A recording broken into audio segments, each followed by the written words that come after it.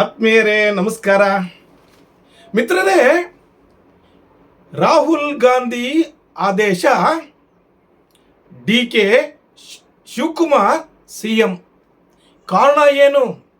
Number 1 super high command, number 2 super CM, number 3 KJ. George ರಾಜೀನಾಮೆ ಪ್ರಸಂಗ, number 4 ಅಬಕಾರಿಯಲ್ಲಿ ಲಂಚದ ಹಗರಣ, ನಂಬರ್ 5 60 ಶಾಸಕರು ವಿದೇಶ ಪ್ರವಾಸಕ್ಕೆ ರೆಡಿ, ನಂಬರ್ 6 ಗೋವಾ ರೆಸಾರ್ಟ್ ಅಲ್ಲಿ ರೂಮ್ ಬುಕಿಂಗ್. ಈ ಎಲ್ಲ ಕಾರಣಗಳನ್ನ ವಿವರವಾಗಿ 1 by 1 ತಿಳಿಸ್ಲಿಕ್ಕೆ ಅಂತ ನಾನು ಬಂದಿದ್ದೇನೆ. ನಾನು ಪ್ರಜಾಕೀಯ ಶ್ರೀನಿವಾಸ್ ಬೇಲೂರು. Welcome to Prajakeeya. ಮಿತ್ರರೇ, ನೀವಿನ್ನೂ ನನ್ನ ಚಾನಲ್ಗೆ ಸಬ್ಸ್ಕ್ರೈಬ್ ಆಗಿಲ್ಲ ಅಂದ್ರೆ ದಯಮಾಡಿ ಸಬ್ಸ್ಕ್ರೈಬ್ ಆಗಿ ಹಾಗೂ ಈ ವಿಡಿಯೋವನ್ನ ಸಂಪೂರ್ಣವಾಗಿ ನೋಡಿ. ನಿಮ್ಮ ಅಭಿಪ್ರಾಯ ಮತ್ತು ಅನಿಸಿಕೆಗಳನ್ನ ಕಾಮೆಂಟ್ ಮಾಡಿ ತಿಳಿಸಿ. ನೇರವಾಗಿ ವಿಚಾರಕ್ಕೆ ಬರೋಣ. ಸ್ನೇಹಿತರೆ, ರಾಜ್ಯ ರಾಜಕಾರಣದಲ್ಲಿ ಕಾಂಗ್ರೆಸ್ ಪಕ್ಷದಲ್ಲಿ ಒಂದು ಬಿರುಗಾಳಿ ಎದ್ದುಬಿಟ್ಟಿತ್ತು. ಆ ಬಿರುಗಾಳಿ ಈಗ ಅಧಿಕಾರವನ್ನ, ಮುಖ್ಯಮಂತ್ರಿಯ ಚೇರನ್ನೇ ಬದಲಾಯಿಸುವಂತಕ್ಕೆ ಹೋಗಿದೆ. ಅಂದ್ರೆ ಕ್ಲೈಮ್ಯಾಕ್ಸ್ ಅಂತ ಒಂದು ತಲುಪಿಬಿಟ್ಟಿದೆ. ಅದಕ್ಕೆ ಮೊದಲನೇ ಕಾರಣನೇ ಸೂಪರ್ ಹೈಕಮಾಂಡ್. ಸ್ನೇಹಿತರೆ, ಸಿಎಂ ಸಿದ್ದರಾಮಯ್ಯನವರು ಹೈಕಮಾಂಡ್ ಆದೇಶದಂತೆ ಹಾಗೂ ಡಿ.ಸಿ.ಎಂ. ಡಿ.ಕೆ. ಶಿವಕುಮಾರ್ ಅವರು ಹೈಕಮಾಂಡ್ ಆದೇಶದಂತೆ ನಾವೆಲ್ಲವನ್ನ ಪಾಲಿಸ್ತೀವಿ ಅಂತ ಹೇಳ್ತಾ ಇದ್ರು. ಆದರೆ ಸಿಎಂ ಸಿದ್ದರಾಮಯ್ಯನವರ ಸುಪುತ್ರರಾದಂತಹ ಡಾಕ್ಟರ್ ಯತೀಂದ್ರ ಸಿದ್ದರಾಮಯ್ಯನವರು ಮೈಸೂರಿನಲ್ಲಿ ಆಡಿದಂತಹ ಒಂದೇ ಒಂದು ಮಾತು ಬಹಳಷ್ಟು ವಿಚಾರಗಳು ಹೊರಗಡೆ ಬರಲಿಕ್ಕೆ ಸಾಧ್ಯ ಆಯಿತು. ಅದೇನಪ್ಪ ಅಂದ್ರೆ, ಹೈಕಮಾಂಡ್ ನಮ್ಮ ತಂದೆ ಅವರಿಗೆ ಸೂಚನೆ ಕೊಟ್ಟಿದೆ, ನಮ್ಮ ತಂದೆಯವರೇ 5 ವರ್ಷಗಳ ಕಾಲ ಮುಖ್ಯಮಂತ್ರಿಯಾಗಿರ್ತಾರೆ ಅಂತ. ಅದು ನಿಜಕ್ಕೂ ಸಹಿತ ಕಾಂಗ್ರೆಸ್ ಪಕ್ಷದಲ್ಲೇ ಹೈಕಮಾಂಡ್ ಇದ್ದಂತ ನಿಷ್ಠೆಯನ್ನ ಮತ್ತು ಕಾಂಗ್ರೆಸ್ ಪಕ್ಷದಲ್ಲಿ ದೊಡ್ಡ ದೊಡ್ಡ ನಾಯಕರಲ್ಲಿ ಇದ್ದಂತ ಅಸಮಾಧಾನವನ್ನ ಹೊರ ಹಾಕ್ಲಿಕ್ಕೆ ಸಾಧ್ಯ ಆಯಿತು. ನೇರವಾಗಿ ಡಿ.ಕೆ. ಶಿವಕುಮಾರ್ ಅವರು ನಮಗೆ ರಾಹುಲ್ ಗಾಂಧಿ, ಸೋನಿಯಾ ಗಾಂಧಿ ಹಾಗೂ ಪ್ರಿಯಾಂಕಾ ಗಾಂಧಿ, ಮಲ್ಲಿಕಾರ್ಜುನ ಖರ್ಗೆ ಅವರು ಹೈಕಮಾಂಡ್ ಆದ್ರೆ ಡಾಕ್ಟರ್ ಯತೀಂದ್ರ ರವರು ಸೂಪರ್ ಹೈಕಮಾಂಡ್ ಅಂತ ಕೋಪದಿಂದಲೇ ಟಾಂಗ್ ಕೊಟ್ರು. ಅದೇ ರೀತಿ ತನ್ವೀರ್ ಸೇಠ್ ಅವರು ಹಿರಿಯ ಶಾಸಕರು ಮೈಸೂರು, ಇವರು ಯತೀಂದ್ರ ರವರನ್ನ ಸೂಪರ್ ಸಿಎಂ ಅಂದ್ರು. ಹೌದು, ಯತೀಂದ್ರ ಅವರು ಹೇಳಿದ್ರೆ ಮಾತ್ರ ಮೈಸೂರು ಜಿಲ್ಲೆನಲ್ಲಿ ಕೆಲಸಗಳಾಗ್ತದೆ. ಶಂಖದಿಂದ ಮಾತ್ರ ತೀರ್ಥ ಬಂದ್ರೆ ಮಾತ್ರ ಅದು ತೀರ್ಥ, ಶಂಖದಿಂದ ನೀರು ಬಂದರೂ ಸಹಿತ ಅದು ತೀರ್ಥ ಆಗ್ತಾ ಇದೆ, ನಮ್ಮ ಮಾತಿಗೆ ಬೆಲೆ ಇಲ್ಲ ಅಂತ ನೇರವಾಗಿ ಮುಖ್ಯಮಂತ್ರಿಯವರ ಮಗನ ಮೇಲೇನೆ ಅಪಾದನೆ ಮಾಡಿದ್ರು, ಹಸ್ತಕ್ಷೇಪ ಮಾಡ್ತಾ ಇದ್ದಾರೆ ಅಂತ ಹೇಳಿದ್ರು. Number 3 KJ. ಜಾರ್ಜ್ ಅವರ ಪ್ರಸಂಗ.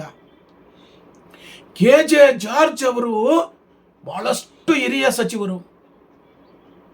ಕಾಂಗ್ರೆಸ್ ಪಕ್ಷ ಅಧಿಕಾರ ಬಂದಾಗ್ಲೆಲ್ಲ ಅವರು ಸಚಿವರಾಗಿದ್ದಾರೆ. ಅಷ್ಟೊಂದು ಹೈಕಮಾಂಡ್ಗೆ ನಿಕಟವರ್ತಿಗಳು.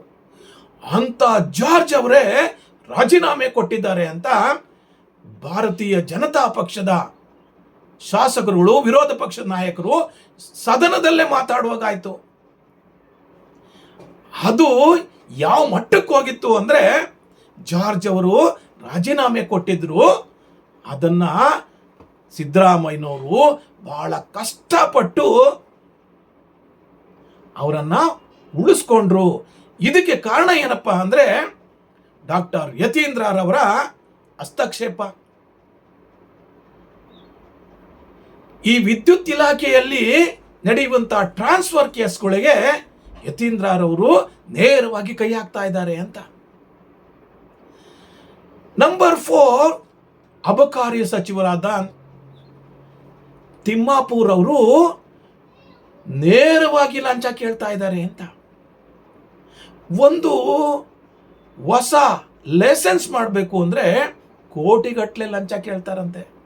ಅದನ್ನ ನೇರವಾಗಿ ಡಾಕ್ಯುಮೆಂಟ್ಸ್ ಇಟ್ಕೊಂಡು ವಿರೋಧ ಪಕ್ಷದವರು ಹಗಲ ഇരുಳು ಸದನದಲ್ಲಿ ಗಲಾಟೆ ಮಾಡಿದ್ರು.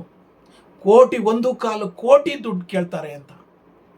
ಅದೇ ರೀತಿ ಮಂತ್ಲಿ ಮಾಮೂಲಿ ವಸೂಲಾಗ್ತದೆ ಅಂತ. ಹಾಗೆ ರಿನಿವಲ್ ಸ್ಟೇಜಲ್ಲಿ ಬಹಳಷ್ಟು ಅವ್ಯವಹಾರ ನಡೀತಾ ಇದೆ ಅಂತ ನೇರವಾಗಿ ವಿರೋಧ ಪಕ್ಷದವರು ಧರಣಿ ಸತ್ಯಾಗ್ರಹ ಮಾಡಿದ್ರು, ರಾಜೀನಾಮೆಗೆ ಒತ್ತಾಯಿಸಿದ್ರು. ಅವ್ರು ಹೇಳಿದಂಥ ಇನ್ನೊಂದು ಮಾತೇನಪ್ಪ ಅಂದರೆ, ಇದು ಈ ಲಂಚದ ಹಣ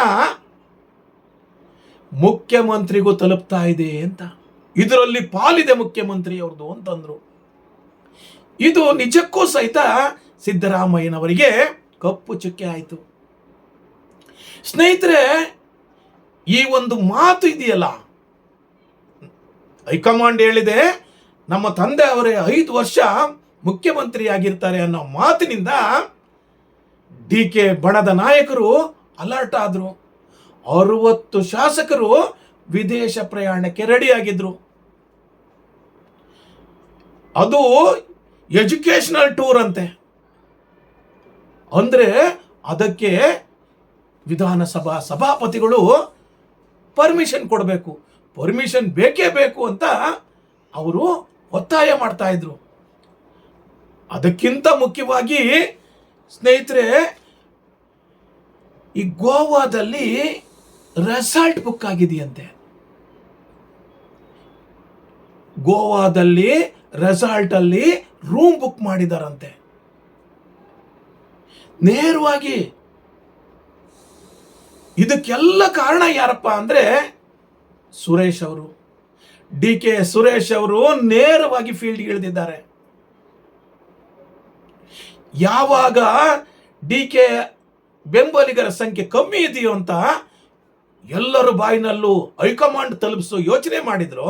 ಆಗ DK ಸುರೇಶ್ ಅವರು ಕನಕೋತ್ಸವದ ಹೆಸರಿನಲ್ಲಿ 56ರಿಂದ 60 ಶಾಸಕರನ್ನ ಕನಕಪುರಕ್ಕೆ ಕರೆಸ್ಕೊಂಡ್ರು. ಅವರಿಗೆ ಸನ್ಮಾನ ಮಾಡಿದ್ರು. ಅವರಿಗೆ ಔತಣಕೂಟವನ್ನು ಏರ್ಪಡಿಸಿದ್ರು. ಅವರಿಗೆ ರಾಜಕೀಯದಲ್ಲಿ ಏನೇನು ಮಾಡಬೇಕೋ ಅದೆಲ್ಲವನ್ನು ಮಾಡಿ ಹೈಕಮಾಂಡ್ಗೆ ಸಂದೇಶವನ್ನು ಕಳಿಸಿದ್ರು. ಸಿದ್ದರಾಮಯ್ಯನವರು ಬಣದ ಸಂದೇಶವನ್ನು ಕಳಿಸಿದ್ರು. ಇದೆಲ್ಲವನ್ನ ಮನಗಂಡಂತಹ ರಾಹುಲ್ ಗಾಂಧಿ ನಿಜಕ್ಕೂ ಸಹಿತ ಬೆಚ್ಚಿ ಬಿದ್ದುಬಿಟ್ರು. ಆಗ ಕಾಂಗ್ರೆಸ್ ಪಕ್ಷದ ಪ್ರಧಾನ ಕಾರ್ಯದರ್ಶಿಯವರಾದಂಥ ವೇಣುಗೋಪಾಲ್ ಮೂಲಕ ಸಿದ್ದರಾಮಯ್ಯನವರಿಗೂ ಹಾಗೂ DK ಶಿವಕುಮಾರ್ ಅವರಿಗೂ ಕರೆ ಬಂತು, ಬುಲಾವ್ ಬಂತು.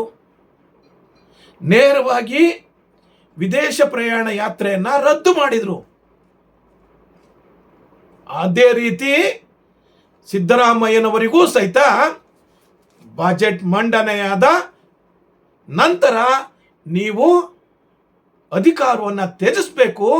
ಅದೇ ರೀತಿ DK ಶಿವಕುಮಾರ್ ಅವರಿಗೂ ಸಹಿತ ಬಜೆಟ್ ಮಂಡನೆ ಆದ ನಂತರ ನಿಮ್ಮನ್ನ ಮುಖ್ಯಮಂತ್ರಿ ಮಾಡ್ತೀವಿ ಅಂತ ಆದೇಶವನ್ನ ತಲುಪಿಸಿದ್ರು.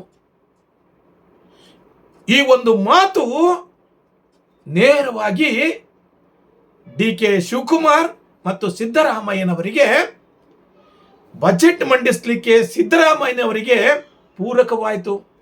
ಅದೇ ರೀತಿ DK ಶಿವಕುಮಾರ್ ಅವರಿಗೆ ಮಾರ್ಚ್ ನಂತರ ಮಾರ್ಚ್ 21ಕ್ಕೆ DK ಶಿವಕುಮಾರ್ ಅವರು ಮುಖ್ಯಮಂತ್ರಿ ಆಗಬಹುದು ಅನ್ನೋದು ಬಹಳಷ್ಟು ಲೆಕ್ಕಾಚಾರಗಳು.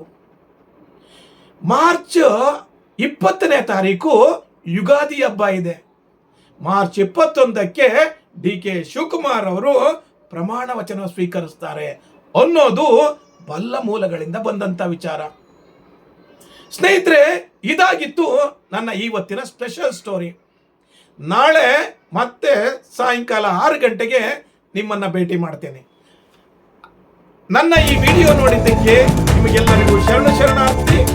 ಸ್ನೇಹಿತರೆ, ನಿಮ್ಮ ಅಭಿಪ್ರಾಯ ಮತ್ತು ಅನಿಸಿಕೆಗಳನ್ನು ಕಾಮೆಂಟ್ ಮಾಡಿ ತಿಳಿಸಿ. ದಯಮಾಡಿ ನನ್ನ ಯೂಟ್ಯೂಬ್ ಚಾನಲ್ಗೆ ಸಬ್ಸ್ಕ್ರೈಬ್ ಆಗಿ ಸಪೋರ್ಟ್ ಮಾಡಿ. Thank you very much.